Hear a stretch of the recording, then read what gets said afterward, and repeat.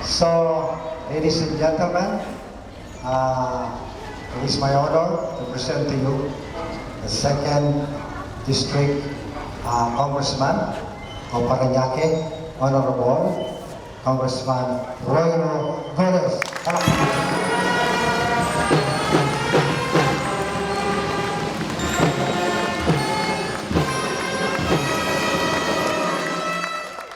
Thank you. Maraming salamat sa iyo, Kagawad Pabs Marquez, na Vice Presidente rin dito sa Mulabi Park Homeowners Association. Binabati ko po ang inyong Presidente, 9 years na. Parang nakakompleto ng 3 terms na.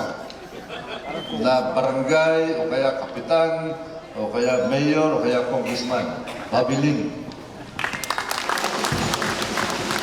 Binabati ko rin ang ating masipag na kapitan ng barangay, Glo Gutierrez. Maraming salamat, Glo.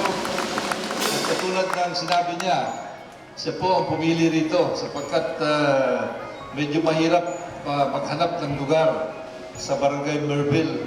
Yung unang napili ko, Cubic, hindi pwede sapagkat may problema sa lupa. Kaya nung ako'y nagtanong kay Kapitana Glo Gutierrez, siya ang nagturo dito sa Mulabi Park. At siyempre, susundin natin ang sasabihin ng Kapitan. Maraming salamat, Glo. At ako'y nagpapasalamat din kay Glo sapagkat alam nyo, pag kayo may ganitong klaseng proyekto, importante yung pagtutulungan ng gobyerno nasyonal, ng gobyerno lokal sa pamumuno ng ating Mayor Jun Bernabe. Palakpakan natin si Mayor Bernabe. At siyempre, ang barangay government sa pamumuno ng ating Kapitana Glo Gutierrez. Binabati ko rin ang kanyang mga kasamang kagawad dito, Kagawad Alice Benson, Kagawad Julie Galang, aking kaibigan, Kagawad Edith Chan, na umiiyak na kanina, nalulungkot na, Kagawad Joel Dairit, sina Paps Marquez, siyempre, ang ating MC, wala sila rito, Kagawad Dante Mendoza, at si Kagawad Dr. Ed Caballero. Binabati ko din ang mga, ano bang tatawag natin nila, mga magiging kagawad, no? O gustong maging kagawad. Andito ang aking kaibigan na si Atty. Rudy Laksamana.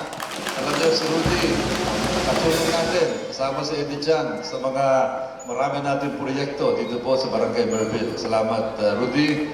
At ang ating kaibigan na si Ad Bernabe. Andito din po siya. Hindi kayo nakalimutan na si Tata. Si Tata Caransea. Lalo na si Tata, dahil basketball ang pinag-uusapan natin dito.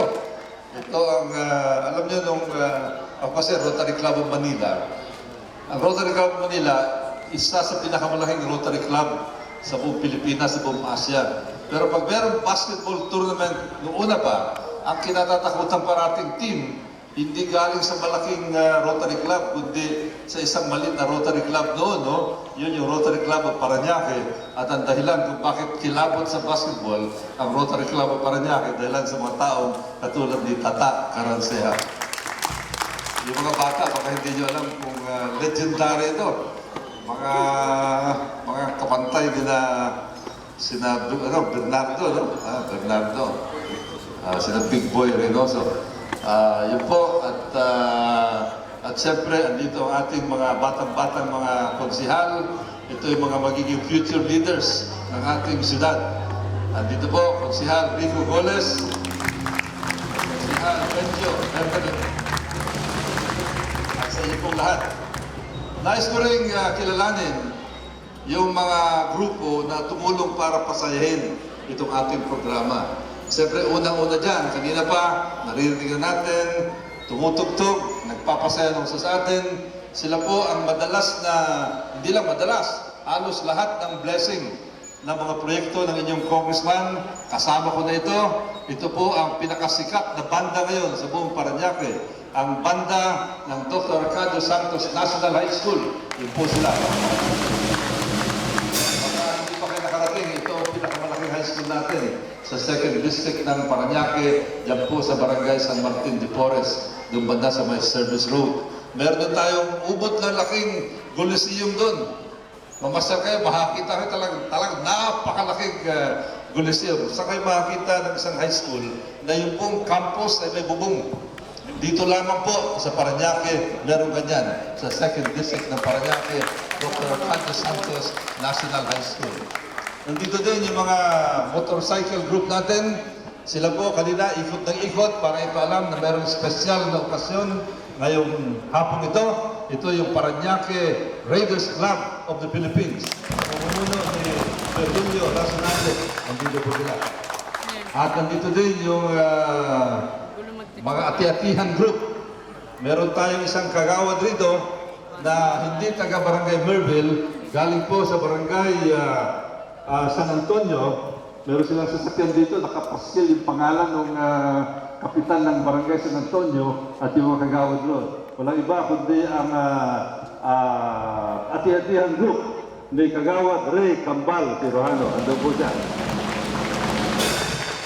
Sila rin nagpapakuitis dito. So, ito po ang ating proyekto.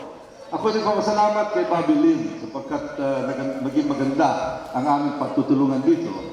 Gusto ko rin ipaliwanag sa bulat-bulat sapagkat dito ang ginawa ni Bobby Lim na magandang ideya dahil sa napakalaki ng inyong lugar dito, sagana kayo sa lupa dito sa Mulabi Park.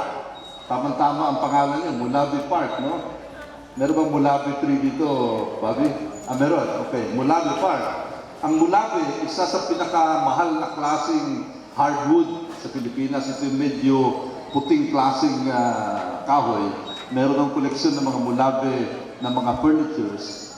Sagana kayo sa lupa, kaya ang ginawa ni Bobby at ang inyong pamunuan dito sa Mulabi Park, pinawiden ng konti yung inyong Coliseum dito. Pero siyempre, pag winaiden mo yan, alam mo engineer, siyempre, magiging madadagdagan ng konti ang gastos. Kaya ginawa niya, medyo babawasan ng konti at sila na yung sasagot. Kaya meron tayong konting natitirang kailangan pasimento dito. Pero sabi ni Bobby Lim, ang kanilang asosasyon na ang sasagot dyan sa pagpapasimento dito. Baka akala niyo hindi natapos po yung project ni Roy Magones. Tapos po yan.